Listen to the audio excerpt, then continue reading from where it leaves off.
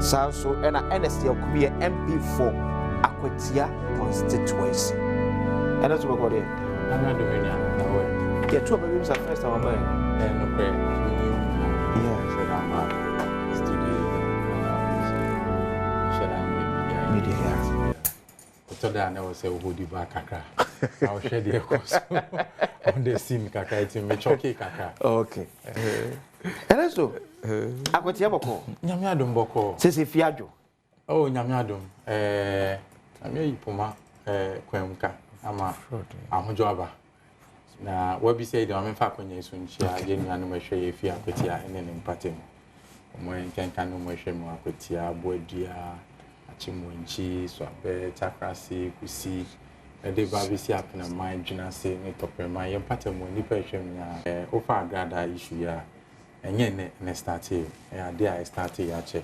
na nipa bebre na fall prey and some fall victim to okay nyama oyeye no na afi na mi say court enya akwanya etimi ade ni mu aye aba say ebia nyama woye na etia Ghana mra na sa nyama we no aya na ye nipa no na ye ma ho kwan e ma sa nyama we etibisi kanena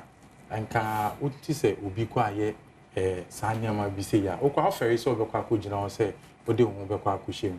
na so enye nipa ni wo se nipa de ne ho ye den ebe hye sa atibia ni and I involving him in that situation. Ni nyina ne say the moral fabric of our society no it keeps breaking day in day out. Okay. Eti no was say yen as o man no and I was see a DNA esi form.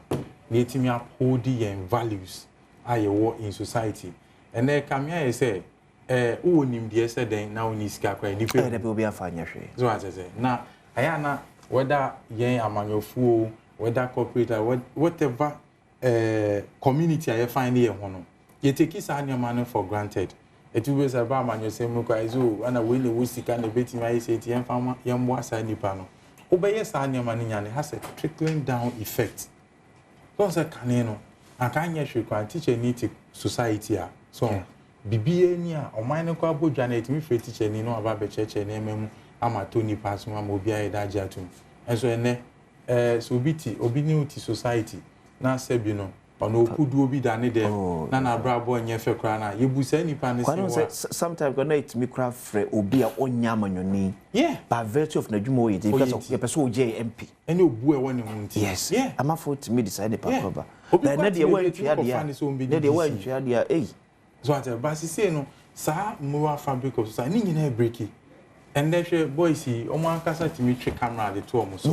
ba ko ya mo se e be fa no ko me hu ni social media video but so oto on is also me turn 1.2 billion so 1.2 million dollars or say a filling station also 1.2 million dollars now people just congratulate people for nothing. Is it because now we are not more interested in maybe how people make money people akwa say unye ska no na ma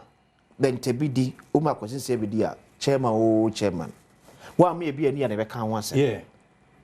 wa wo me bia di no yes o de o ye chairman chairman afa so nye scan obi afa till na the interesting aspect say unya in a show them ana wonfa nye sa eniama no kan ko obi amfa ho but we there who san so dey share yenim say minie ma ye kwa me fa so ye there nobody cares eti ye nyina ye society honorable dentity we ebia na oni bi ochina pe bosome ba ko pe no aso no we pagya na wa yesikeni oye sikeni ye nyina say ye mfa ye ho